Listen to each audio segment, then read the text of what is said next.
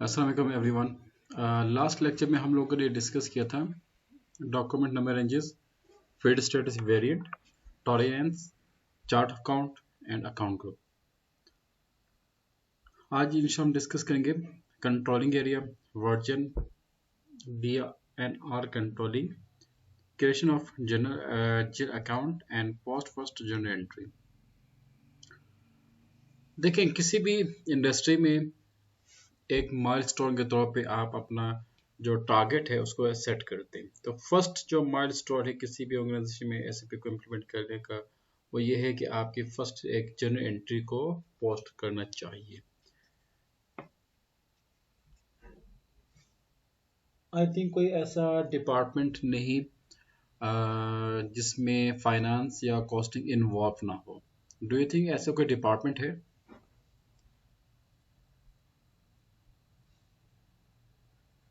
Yes सुनो, आपके ख्याल में कोई ऐसा नहीं डिपार्टमेंट सर, है? वो नहीं। आपके ख्याल में कोई ऐसा डिपार्टमेंट है जिसमें फाइनेंस या कॉस्टिंग ना हो? आई थिंक कोई ऐसा डिपार्टमेंट नहीं। तो जहाँ पे आपकी कॉस्टिंग होगी वहाँ पे फाइनेंस होगी। फॉर एग्जांपल हम बात करते हैं लॉजिस्टिक में। देखिए, अकाउंटिंग में तो डेफिनेटली ये कंप्लीट आपका फाइनेंशियल अकाउंटिंग कंट्रोल जितने भी स्ट्रैटेजी के एंटरप्राइजेस इन्वेस्टमेंट उसको कवर करते हैं। अदर देन अकाउंटिंग आपके पास लॉजिस्टिक में इक्विपमेंट, टूल्स मैनेजमेंट, एमएम है, और सेल्स एंड डिस्ट्रीब्यूशन, जितने भी इसके अंदर मॉड्यूल्स हैं। फिर हर मॉड्यूल के अंदर डिफरेंट डिपार्टमेंट्स हैं। तमाम डिपार्टमेंट्स में आम तौर पर क्या होती है, कॉस्टिंग की जाती है। एक तो आपने ये देखने हैं कि जहाँ पे फॉर एग्जांपल हम बात करते हैं सेल्स एंड डिस्ट्रीब्यूशन की। सेल्स एंड डिस्ट्रीब्यूशन में आप लेके आते हो शिपिंग एंड ट्रांसपोर्टेशन। आपके पास व्हीकल्स हैं, आपके पास ट्रक्स हैं, आपके पास शिपिंग लाइन है, आपके पास यार्ड हैं, आपके पास कंटेनर्स हैं। तो ये क्या आपकी बेसिकली आपकी इन्वेस्टमेंट है और इसकी ऑपरेशन में कॉस्ट इस्तेमाल की जाती है। उसके अलावा आपके पास आता है एमए, मटेरियल मैनेजमेंट। इसमें परचेजिंग है, इन्वेंट्री मैनेजमेंट है, और डिफरेंट इसके अंदर मॉड्यूल्स हैं, इसमें भी आपकी कॉस्टिंग इन्वॉल्व है। इसके अलावा अगर आप देखें प्रोडक्शन में, ये भी कंट्रोलिंग को ही फोकस करते हैं। अब यहाँ पे फाइनेंस का काम क्या होता है? देखें, फॉर एग्जांपल यहाँ पे आई थिंक आज कोई फाइनेंस का है तो मुझे करनी बता दें। और लास्ट टाइम मैंने कहा था कि कॉस्ट अकाउंटिंग का भी, कॉस्ट अकाउंटेंट को भी आना चाहिए, क्योंकि इनिशियल कुछ लेक्चर जो हैं वो कॉस्ट और फाइनेंस से मुंसलिक हैं, और उसके बाद इंशाल्लाह हम पीएम को फोकस करेंगे। लेकिन आई थिंक दोनों आज एब्सेंट हैं। एनीवे,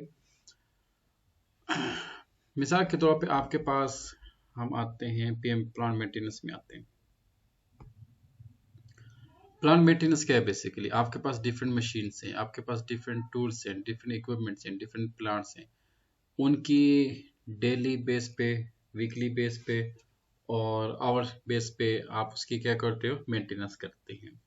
उसके मेंटेनेंस के लिए आपको कितनी लेबर चाहिए, उसके मेंटेनेंस के लिए आपको कितने इंजीनियर्स चाहिए, उसके मेंटेनेंस के लिए आपको कितने मैकेनिक ऑफिसर्स चाहिए।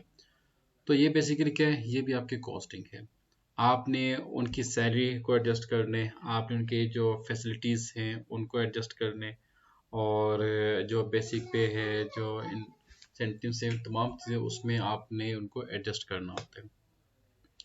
अच्छा, उसके बाद अच्छा अब यहाँ पे ये देखें कि फॉर एग्जांपल प्लांट मेंटेनेंस में आपके जितने भी ये यहाँ पे जो आपके सेगमेंट्स हैं, जिसमें आपके पास आ जाता है equipment, functional creation, material, bill of material, environment, work centers, और production source tools, variant configurations, measuring points. इन सब में आपकी वारंटी क्लेम प्रोसेस, इन सब में आपकी क्या है, कॉस्टिंग है। तो आप basically consultant, being M PM consultant, being a SAP FICO consultant, being a integration consultant, being a project management consultant, आपने एक चीज़ को कंसंट्रेट करना है कि भाई जो भी आपकी मॉड्यूल की कॉन्फ़िगरेशन या ट्रांजैक्शन होनी है, उस ट्रांजैक्शन को आपने इंटरलिंक करना है कॉस्टिंग के साथ। और फिर वो कॉस्टिंग जो है आपके फाइनेंशियल स्टेटमेंट में automatically cost of goods sold में या इनकम स्टेटमेंट में ऑटोमेटिकली उसका डेटा जो है अपडेट होता जाएगा। अच्छा, ये तो आप सबको मालूम है कि फाइनेंशियल स्टेटमेंट्स होती हैं। ये सुनो, कोई ऐसा पर्सन जिसको ये ना मालूम है कि what is financial statement? Any one of you please. आपने ये भी सुना होगा कि ऑडिट ऑडिट और फाइनेंशियल स्टेटमेंट, ये दो चीज़ें अगर किसी को नहीं मालूम तो मुझे जरा प्लीज़ कंफर्म कर दें। फाइनेंशियल स्टेटमेंट में बेसिकली आपकी पांच चीज़ें आती हैं: assets, liabilities, income, expense and capital. तो इन्हीं को मतलब कि देखिए, आपका जो ऑनर है या जो टॉप मैनेजमेंट, वही देखती है कभी आपके at the beginning of year आपके पास कितना स्टॉक था, कितना कैश था, और आपने एक साल के अंदर कितनी ट्रांजैक्शंस की, कितना पैसा इन हुआ, कितना आउट हुआ, कितना बैलेंस था, कितना रिजर्व में है, कितना क्लोजिंग में है। और ये सारी जो रिपोर्ट है जिसमें एक्सपेंसेस भी आते हैं, कॉस्टिंग भी है, और आपके एसेट्स भी हैं, इन सब की जो भी मैनेजमेंट है तमाम डिपार्टमेंट्स के आपस में कोऑर्डिनेशन के जरिए ही इसको पॉसिबल किया जाता है, इसको मेंटेन किया जाता है। तो आज का जो हमारा जो टॉपिक है, कंट्रोलिंग एरिया। कंट्रोलिंग एरिया का मतलब ही यही है कि आपकी कोई भी ऐसे डिपार्टमेंट नहीं जिसमें कॉस्टिंग ना हो, और जिस जिस डिपार्टमेंट में भी कॉस्टिंग होगी वो अपना कंट्रोलिंग एरिया के साथ अपनी कॉस्ट की एक्टिविटीज को एडजस्ट करेगा। This point is clear. For example, अब देखें, हम बात करते हैं इक्विपमेंट एंड टूल्स मैनेजमेंट की, हम बात करते हैं मटेरियल मैनेजमेंट की। जितने भी इसमें डिपार्टमेंट्स हैं, हर डिपार्टमेंट में जो भी ट्रांजैक्शन होगी, उस ट्रांजैक्शन को आपने अपना कंट्रोलिंग एरिया के साथ लिंक करना है या कॉस्टिंग के साथ इंटरलिंक कर देना। ओके, अगरचा कॉस्टिंग करना आपका काम नहीं, लेकिन कॉस्टिंग को डाटा प्रोवाइड करना ये आपका काम है।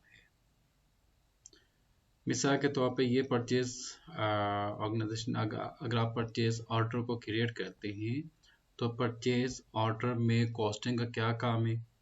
तो लेकिन परचेज ऑर्डर के अंदर आपको मैं एक चीज़ बता दूं ज़रा,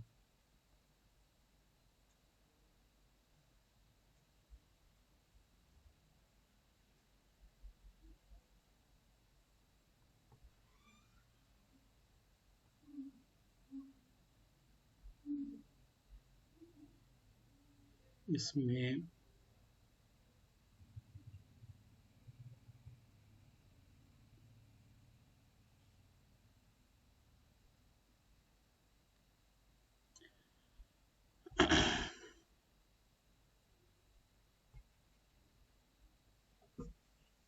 जब आप परचेज ऑर्डर को आप जब क्रिएट करते हैं, उसमें आपसे जीएल अकाउंट भी मांगा जाता है। ओके, और जीएल अकाउंट जो है, आप लोगों ने सुना होगा, primary cost element, secondary cost element, उसके साथ असाइन किया जाता है। अब यहाँ पे परचेज डिपार्टमेंट का काम तो नहीं जीएल अकाउंट को क्रिएट करना या cost element, primary cost element या सेकेंड कॉस्ट एलिमेंट को क्रिएट करना, लेकिन जब तक इन दोनों के साथ वो इंटरलिंक नहीं होगा, उसका परचेज ऑर्डर क्रिएट ही नहीं होगा। अच्छा, तो ये थी इसकी basic logic, why controlling area is important for all modules. उसकी रीज़न, उसकी जो लॉजिक ये है कि तमाम मॉड्यूल्स जो हैं उन्होंने अपनी ट्रांजैक्शन को कंट्रोलिंग एरिया के साथ इंटरलिंक करना है, ताकि जो भी कॉस्टिंग उनके ट्रांजैक्शन में आती है वो सब के सब ऑटोमेटिकली बैलेंस शीट में एडजस्ट होती जाए। So come to back end एसपीआरओ,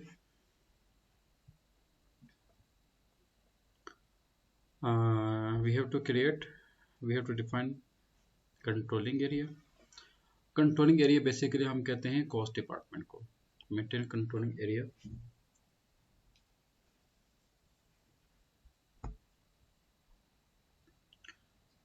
Okay, come to new entry, AB10. Company थी आपके अरेबिक बेवरेजेस।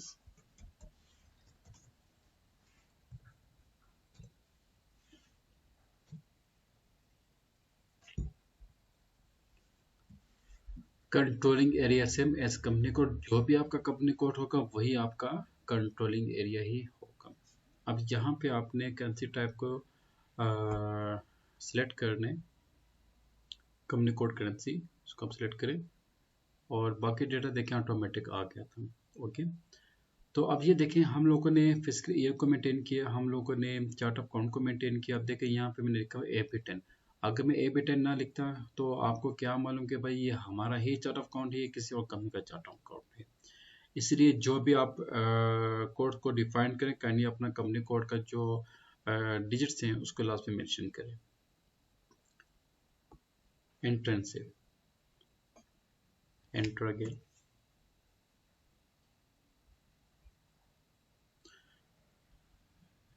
Enter again. अच्छा, एक चीज़ और कि मैंने जैसे आपसे कहा ना कि आपको इसकी लॉजिक तब समझाएगी जब आप अपनी अपनी कंपनी को डिफाइन करेंगे और उसके पैरामीटर्स को आप डिफाइन करेंगे।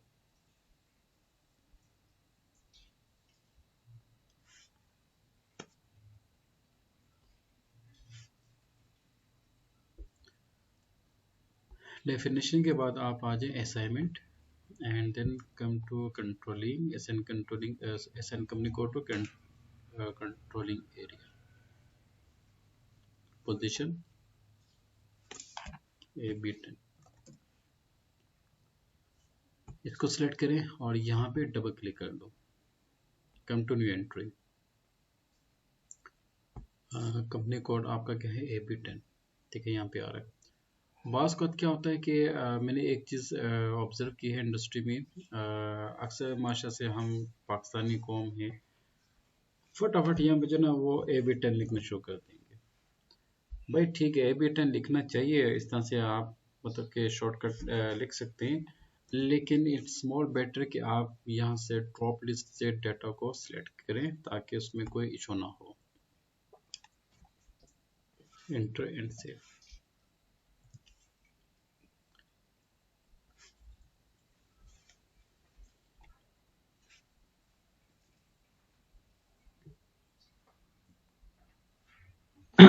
बेसिकली सर अगर कोई पिछला स्टेप मिस हो जाएगा तो फिर मेरे ख्याल से लिस्ट में आएगा नहीं, इसी वजह से कह रहे हैं हम। ये वेरी गुड, ब्रिलियंट पॉइंट, बहुत अच्छा माशा से आपने पॉइंट समझा हुआ है। क्योंकि आपको पता है कि ऐसी पे जो एक चेन के जरिए इसकी एक्टिविटीज होती हैं। अगर बैक एंड के ऊपर आप कोई भी चीज़ को मिस कर देंगे ना, तो जो आपकी कंसर्न एक्टिविटी होगी आप उसको कन्फिगर नहीं कर पाएंगे। अब ये देखें, अगर हम चाहते तो इसको हम जो फर्स्ट लेक्चर था कॉन्फ़िगरेशन ऑफ एंटरप्राइज स्ट्रक्चर, हम उस पर भी इसको डिफाइन कर सकते थे, लेकिन हमने इसको कहाँ पे कंसिडर किया, ऑप्शन नंबर 9 पे। क्योंकि ये जितने भी आपका 2 से लेके 8 पॉइंट तक जो आपके स्टेप्स हैं आपने उसको कन्फिगर किया, तो आपने पॉइंट नंबर 9 को कन्फिगर करना स्टार्ट किया। Very good point.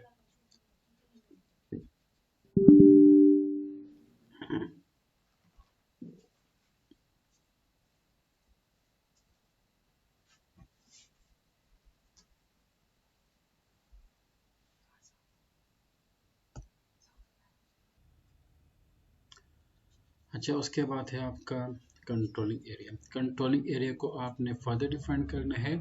इसके बाद आप आ जाइए controlling, come to controlling, general controlling, then organisation, then maintain controlling area,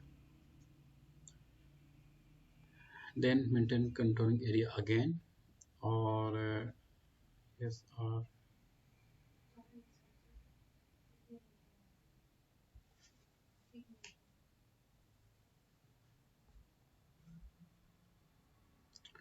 ऐसे 12, और इसको यहाँ से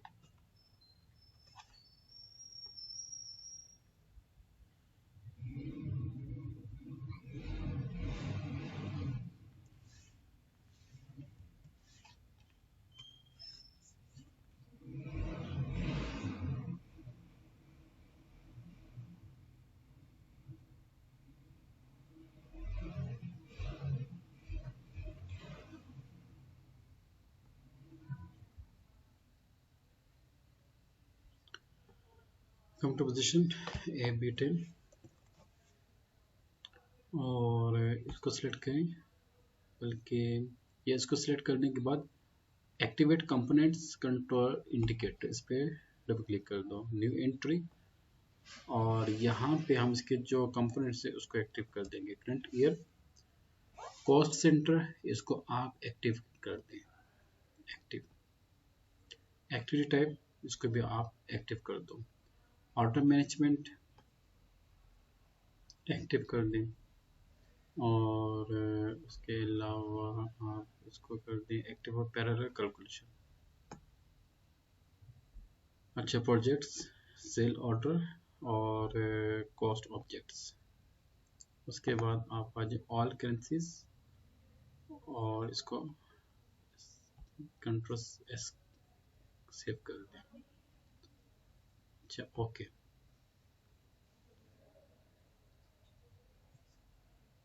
ओके, असाइनमेंट आई थिंक आपकी ऑलरेडी कंप्लीट हो चुकी है, और इसको वैसे चेक कर लें। Yes, so we have defined configure controlling area. उसके बाद है आपका वर्जन। What is version?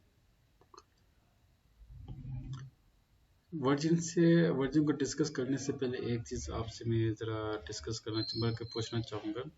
आप लोग ने बजट का नाम सुने? किसी ने कोई बजट प्लानिंग में पार्टिसिपेट किया हो? Any one of you please? Budget, भाई यस नो में तो जवाब दे दें। जी सर, किया। जी जी, माशाल्लाह माशाल्लाह। अब बजट में क्या होता है? फॉर एग्जांपल आपने 2025 का एक कंप्लीट ईयर का एक बजट प्रिपेयर करने। बजट में आपकी प्लानिंग इन्वॉल्व होती है कि भाई हम 1 लाख जो है वो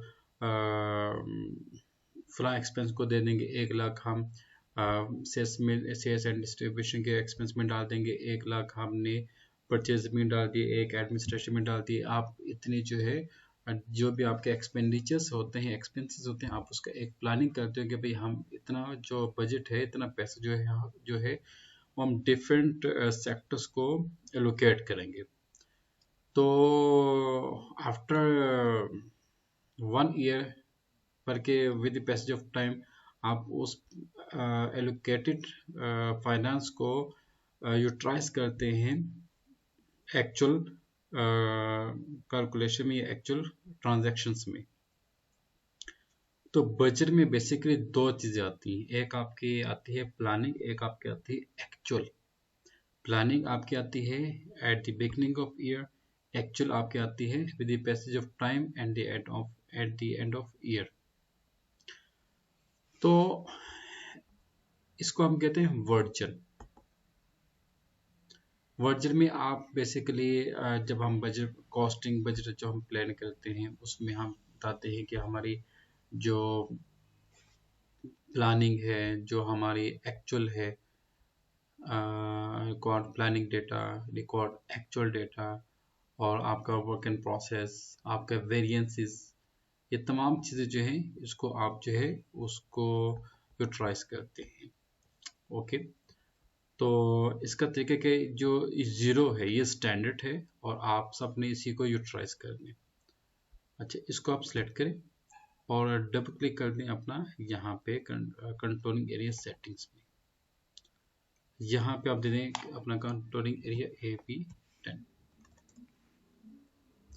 इसका मतलब ये हुआ कि जो हमारा कंट्रोलिंग एरिया है उसमें हमारा वर्जन है 0, यानी कि हमारी उसमें प्लानिंग भी होगी, एक्चुअल भी होगी, और वेरिएंस भी होगा। वेरिएंस बेसिकली हम करते हैं ओवरहेड की कैलकुलेशन के लिए इस्तेमाल किया जाता है, क्योंकि आपके पास डिफरेंट आपका जो प्रोडक्शन सेक्टर है तो प्रोडक्शन सेक्टर में वेरिएंस भी इस्तेमाल किया जाता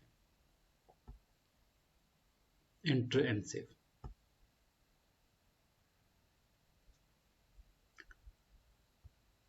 अच्छा, उसके बाद आप आ जाए डॉक्यूमेंट नंबर रेंजेस कंट्रोलिंग।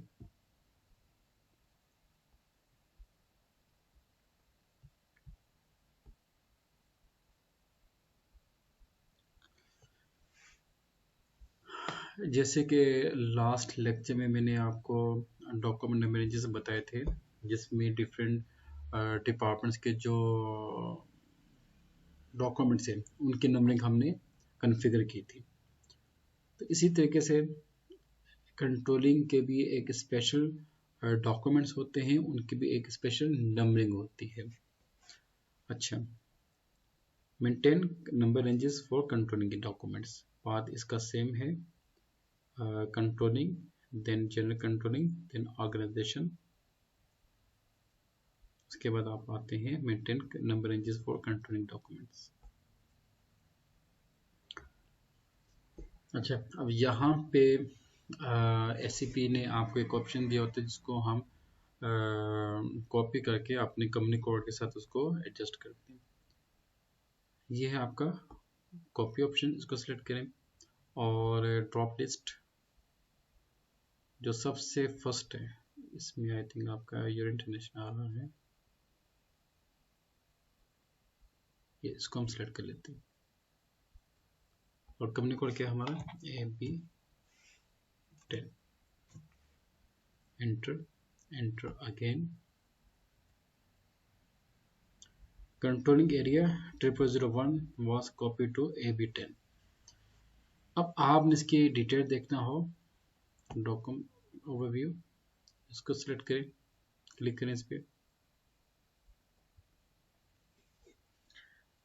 अच्छा, अब ये देखें एससीपी के अंदर कुछ ना ग्रुप्स इस्तेमाल किए जाते हैं, जिसके जैसे कि COIN, KAGO, CPPP, FIPA।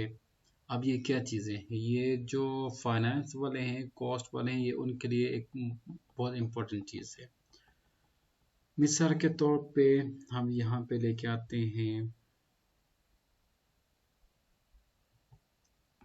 ये आपका standard cost estimate, actual price calculation, हम इसकी बात करते हैं।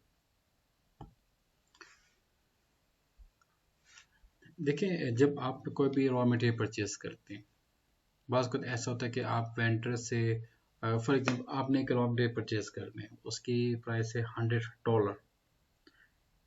आपको या तो वो वेंडर डिस्काउंटेड रेट पे $95 में भी दे सकते हैं, या अगर आपके पास उसकी शॉर्टेज है और मार्केट में भी वो चीज़ शॉर्ट है, तो वेंडर क्या करते हैं, उसकी प्राइसेस को इंक्रीज कर देते हैं, हाई करते हैं, तो वो आपको कितने में देगा, $110 में देगा। तो ये भी सिनेरियो आपने देखा होगा कि डिफरेंट पॉइंट्स या सिटीज़ में या कंट्रीज़ में ऐसा भी होता है कि प्राइसेस जो हैं उसको आप कंट्रोल करते हैं। और बाज़ औक़ात इंडस्ट्री का पैरामीटर, इंडस्ट्री की पॉलिसी ये कहती है, आपने जो भी कॉस्टिंग करनी है, या तो उसको आप स्टैंडर्ड कॉस्टिंग पे लेके आएँ या वेरिएंस कॉस्टिंग पे लेके आएँ।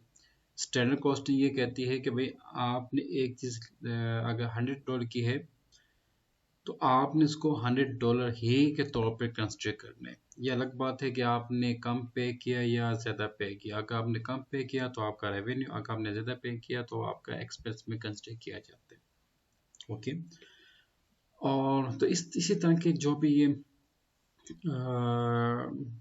जो ट्रांजैक्शंस की जो भी कॉस्टिंग से मुंसलिक एक्टिविटीज़ होंगी या जो भी डेटा होगा, बैक एंड के ऊपर उसकी रिपोर्ट ऑटोमेटिकली बनती जाएगी। और ये उसका टेबल है, PK_BELEG।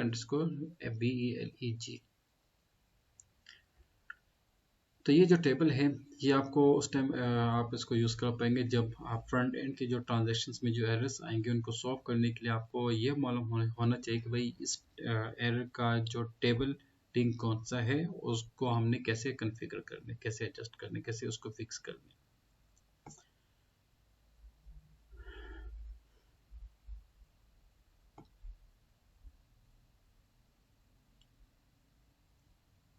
अच्छा, उसके बाद आप आ जाए क्रिएशन ऑफ जीरो अकाउंट। अच्छा, ये जो टॉपिक है ये जस्ट फाइनेंस फिको का है, और पीएम जो है इसको बेशक अंडरस्टैंड कर लें, काम आ जाते हैं। Come to front end, Basically we have to post first journal entry in our new company AB01. Come to accounting, then financial accounting,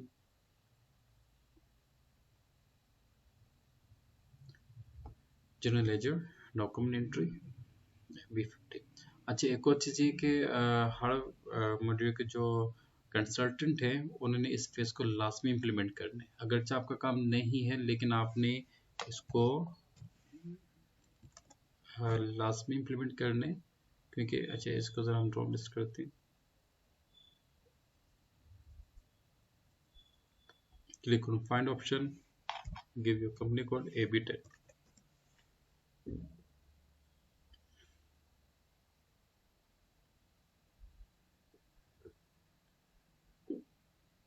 sorry, ये गलत हो गया क्योंकि हम एंट्री में जा रहे थे।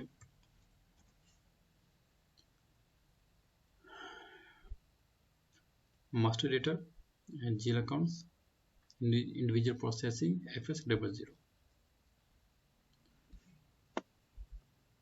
ओके, अब यहाँ पे आप आ जाए न्यू क्रिएशन, और मैंने आपको ना एक अकाउंट ग्रुप का प्रीवियस लेक्चर में मैंने आपको एक चार्ट बना के दिया था। मैंने आपसे कहा था कि उसकी पिक्चर नोट करके ग्रुप में शेयर कर दें। अगर किसी के पास है तो काइंडली शेयर कर दें। सबसे पहले आप, अच्छा, आपने फर्स्ट एंट्री कौन सी पोस्ट करनी होती है? उसकी कैपिटल की, जिसमें bank account debit and capital account credit. Company code AB10 is not assigned to field status variant. अब ये देखने के ये पहला आपको एक वर्डिंग दे रहा है, वर्डिंग के बल्कि एरर दे रहा है। आपका जो फील्ड स्टेटस वेरिएंट है वो कंपनी कोड के साथ असाइन नहीं। Come to back end. अभी देखिए बैक एंड के ऊपर हमने एक छोटी सी मिस्टेक कर दी, और we forgot to assign company code to field status variant. financial accounting global setting, then ledgers, then feeds. Assign company code to feed status variant.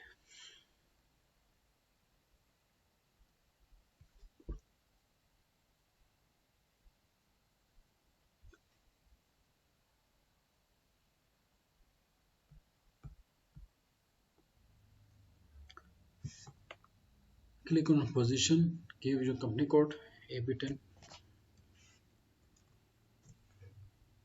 अब ये देखिए यहाँ पे जो फीड स्टेटस वो शो नहीं कर रहा, तो ड्रॉप लिस्ट से जो आपका कंसर्न कोड है उसको सिलेक्ट करेंगे। अब इधर देखें कि आपका AB10 कहाँ पे आ रहा है।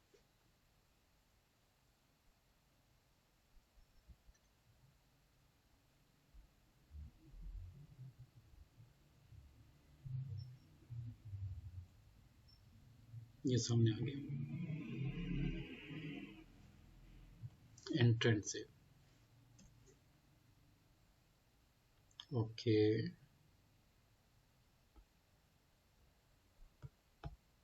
Click on create, keep 100। अब देखिए आपका सॉल्व हो गया। अच्छा, आप क्या बना रहे हैं? बैंक का जी अकाउंट हमेशा आपका बैलेंस शीट आइटम में आता है। अकाउंट ग्रुप आपका देगा करंट एसेट्स। यहाँ पे लिख दें SBL, स्टेट बैंक लिमिटेड।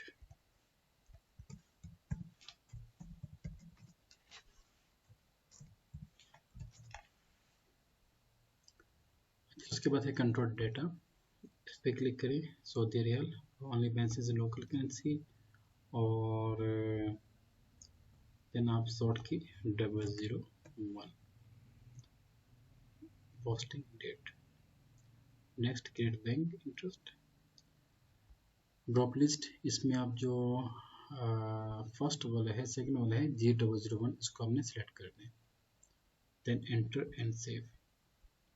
तो जो भी आप जो अकाउंट्स को बनाते जाएंगे यहाँ पे उसकी लिस्ट ऑटोमेटिकली आती जाएगी। कम टू क्रिएट 200, ये आपका था कैपिटल, इसको कैपिटल आपका बैलेंस शीट का आइटम है। अकाउंट ग्रुप आपका कैपिटल,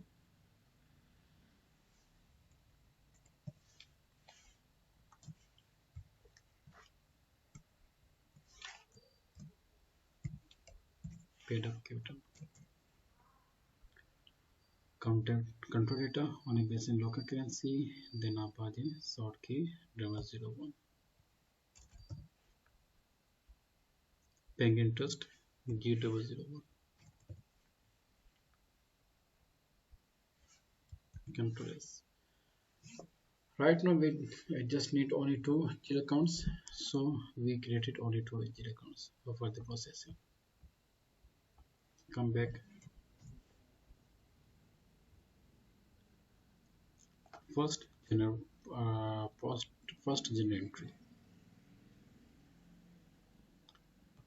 अच्छा, अगर हमने अपनी फर्स्ट जनरल एंट्री पोस्ट कर दी, इसका मतलब ये हुआ कि हमने सक्सेसफुली जितने भी पैरामीटर्स इसको इम्प्लीमेंट किए. Put your date 2024. One thing you must keep in mind that SCP के अंदर ना आपने जब डेट को मेंशन करना हो या करेंसी को या अमाउंट को मेंशन करना हो, तो जो भी उसका एक पैटर्न होगा, फॉर्मेट होगा, उसी को फॉलो करना है. इन्वेस्टमेंट एंट्री, अच्छा उसमें क्या होते हैं 100 बैंक अकाउंट डेबिट. तो सेम आप इसको ड्रॉप लिस्ट कीजिए.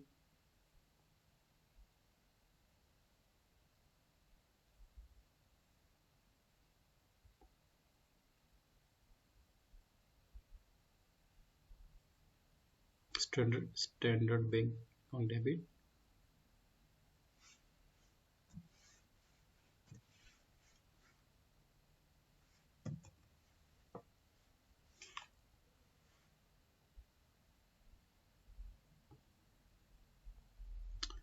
और अमाउंट आप लिख दें 50,000 500,000 आपका सऊदी रियाल. अच्छा, ये देखने के यू में only post documents up to Saudi riyal 85,000. कोई मुझे बता सकते हैं कि ये किस वजह से ये एरर आ रहा है? Please any one of you जल्दी से बताएं. आई बिलीव हमने लास्ट टाइम जी बहुत अच्छा आपका आंसर. लास्ट टाइम हमने टॉलरेंस में एक लिमिट लगाई थी 85,000 की, तो हम अमाउंट उसमें कितनी पुट कर रहे हैं 500,000. तो ये आई थिंक अब आपको लॉजिक समझ आ गई होगी कि बैक एंड के ऊपर जो भी पैरामीटर्स लगाते हैं उसका फ्रंट एंड के ऊपर क्या इफेक्ट होते हैं. या तो आप बैक एंड के ऊपर जाके उस अमाउंट को चेंज कर दें, या फिर आप यहाँ पे आप लिखेंगे 85,000. ये दें एरर स्लो. अच्छा, सेकंड आपकी आती है कैपिटल. हमेशा आपका क्रेडिट होते हैं, तो कैपिटल की आप एंट्री पोस्ट करें. अच्छा, वहाँ पे थे एक अमाउंट पर डॉक्यूमेंट, एक था अमाउंट पर लाइन आइटम. तो ये जो हमने यहाँ पे लिखा ना, ये डेबिट और क्रेडिट, इसको हम कहते हैं अमाउंट पर ओपन आइटम या लाइन आइटम. ओके, ये आपकी एक लाइन है, ये आपकी लाइन नंबर 2 है. ओके, अच्छा यहाँ पे आप जस्ट क्रेडिट को सिलेक्ट करें और यहाँ पे स्टार्ट की को एंटर कर दें. फिर देखें ये आपके पास दो आइटम्स आ गए. अब आपके पास डिफरेंट ऑप्शंस होते हैं. या तो आप डॉक्यूमेंट को पार्क कर दें या होल्ड कर दें. अच्छा, पार्क हॉट डॉक्यूमेंट का मतलब ये होता है कि आपने इसको पोस्ट करने से पहले अगर आप समझते हैं कि इसमें कुछ इश्यूज हैं, एरर्स हैं, तो आप पोस्ट के वजह इसको होल्ड करते हैं. पार्क बेसिकली होते हैं टेम्परेरी, आप इसको सेव करते हैं. फॉर एग्जांपल आपने ये अमाउंट आपने डॉक्यूमेंट तो बना दिया, आपने इसकी सुपरविजन करवानी है, तो सुपरविजन के लिए आप इसको टेम्परेरी पार्क करते हो. जब सुपरविजन हो जाती है तो उसके बाद आप इसको पोस्ट करते हैं. तो ये है पोस्ट का ऑप्शन, आप इसको पोस्ट कर दें. जी, ये आपका एक और एरर आ रहा है. ये काइंडली ये भी नोट करें कि ये एरर नंबर कौन सा है. ओके, ताकि आपको ये तो मालूम हो कि भाई आपने कितने एरर सीखे हैं और उसकी हेडिंग्स क्या थी, उसका सोल्यूशन पाथ क्या था. Please note down this error. अगर कोई स्क्रीनशॉट ले सकते हैं that is very good. There is no item category assigned to account 100 over start of COAA. Please any one of you जल्दी से इसकी स्क्रीनशॉट ले लें.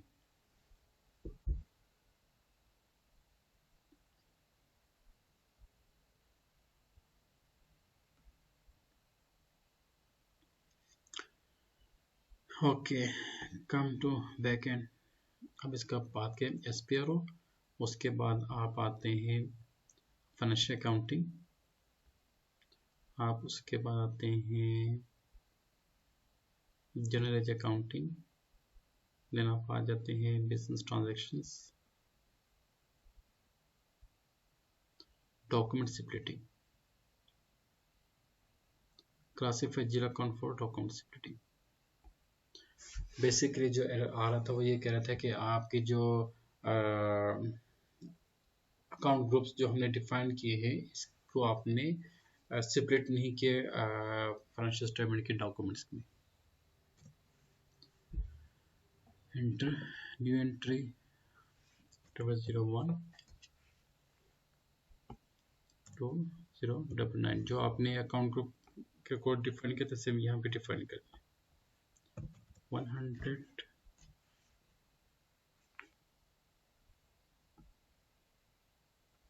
199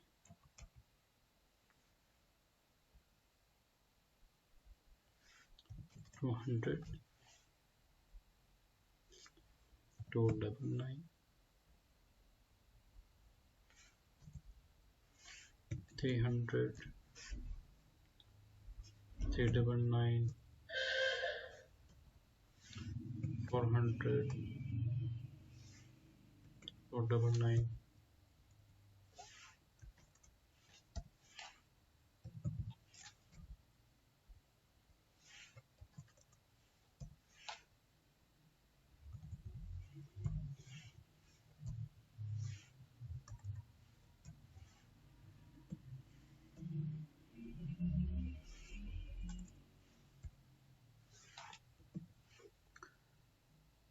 ओके अच्छा, अब इनकी कैटेगरी देखें. फर्स्ट हमारा था फिक्स्ड एसेट.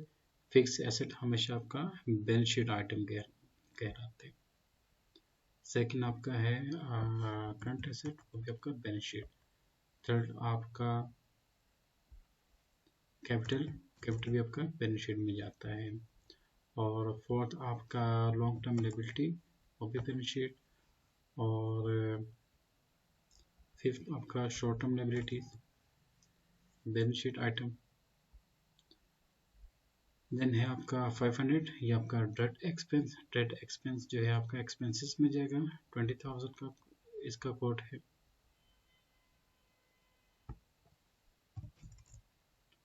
ऑपरेटिंग एक्सपेंस और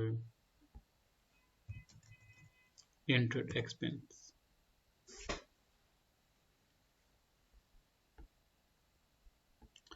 लास्ट है आपका इनकम,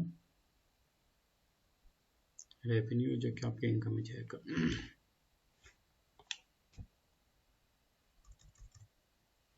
इसका कोड है 30,000 रेवेन्यू.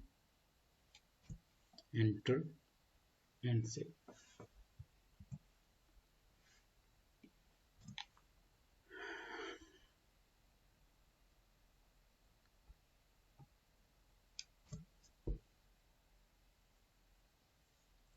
अच्छा अगेन, और इसको आप रिफ्रेश कर दो. /NFS00 FB50, सॉरी FB50 इसका ठीक कोड है. 19.11.2024. इन्वेस्टमेंट एंट्री 100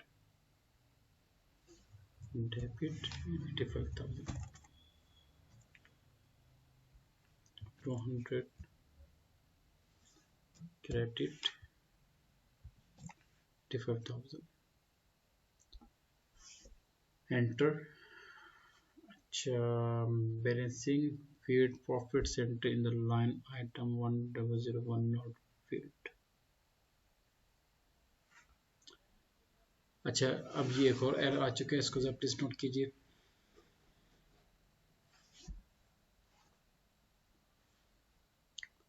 और एक और आपको मैं टेक्निकल पॉइंट बता दूं कि जो कुछ एरर्स ऐसे भी होते हैं जब आप उसको ओपन करते हैं लाइक दिस,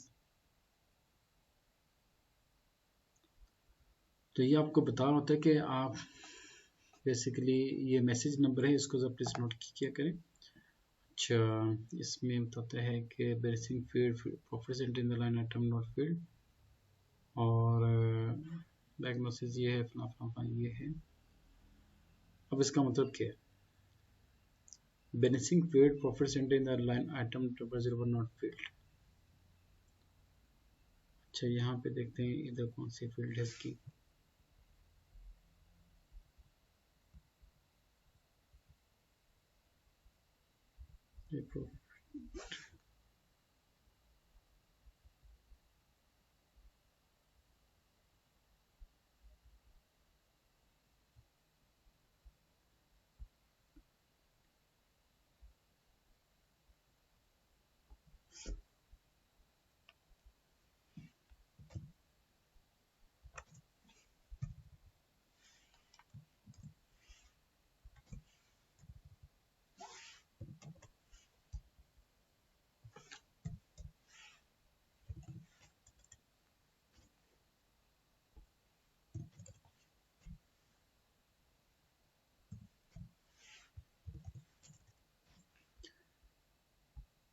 अच्छा, यहाँ पे ना इसके बाद कुछ ऑप्शन हैं, जैसे कि यहाँ पे आपके पास आ जाता है बिजनेस एरिया, ये कॉस्ट सेंटर, और ये प्रॉफिट सेंटर, इसकी बात कर रहे हैं। अब हमें प्रॉफिट सेंटर को क्रिएट करना होगा, तो उस प्रॉफिट सेंटर को अगर हम यहाँ पे मेंशन करेंगे तो आपका आगे डॉक्यूमेंट एग्जीक्यूट होगा। तो ये एस ए पी 2023 में ये एक अपडेशंस आई हैं। इससे पहले जो आपके पास सर्वर सिस्टम थे उसमें अगर आप प्रॉफिट सेंटर को क्रिएट ना भी करें तो आपका ये डॉक्यूमेंट एग्जीक्यूट हो जाता था। लेकिन अभी जैसे जैसे अपडेशंस आती हैं तो नई से नई चीज़ें जो हैं आपस में इंटरलिंक कर दी गई हैं। ओके, तो अब इंशाल्लाह हम जो है प्रॉफिट सेंटर को बनाएंगे, तो यहाँ पे इसका कोड आएगा, तब हम इस एंट्री को पोस्ट कर पाएंगे। ओके, तो यहाँ तक आप कोशिश करें कि अपनी एक कंपनी बनाएं और में जो भी आपकी एक्टिविटीज़ हैं उसको कॉन्फ़िगर करें। और यहाँ तक अच्छा, आपने क्या काम करने, फॉर एग्जांपल कि आप यहाँ तक जब आएंगे ना, तो आपने कंट्रोल एस करके, तो नीचे जो भी एरर आएगा इसकी आपने स्क्रीनशॉट लेके मुझे शेयर करनी है, ताकि मुझे आइडिया हो जाए कि भाई किस मेंबर ने अपने असाइनमेंट को कहाँ तक कंप्लीट किया हुआ है। जो भी आपके इश्यूज आते हैं ड्यूरिंग कन्फिगरेशन या पोस्टिंग या क्रिएशन ऑफ डेटा, आप मुझसे डिस्कस कर सकते हो, राइट। तो I think this is enough for today. Okay members, आप सब जो है इसकी प्रैक्टिस करें और यहाँ तक अपनी वर्किंग कंप्लीट करने के बाद मुझे प्रेजेंट करें ताकि हम फर्दर इसको एग्जीक्यूट कर सकें। Thank you so much.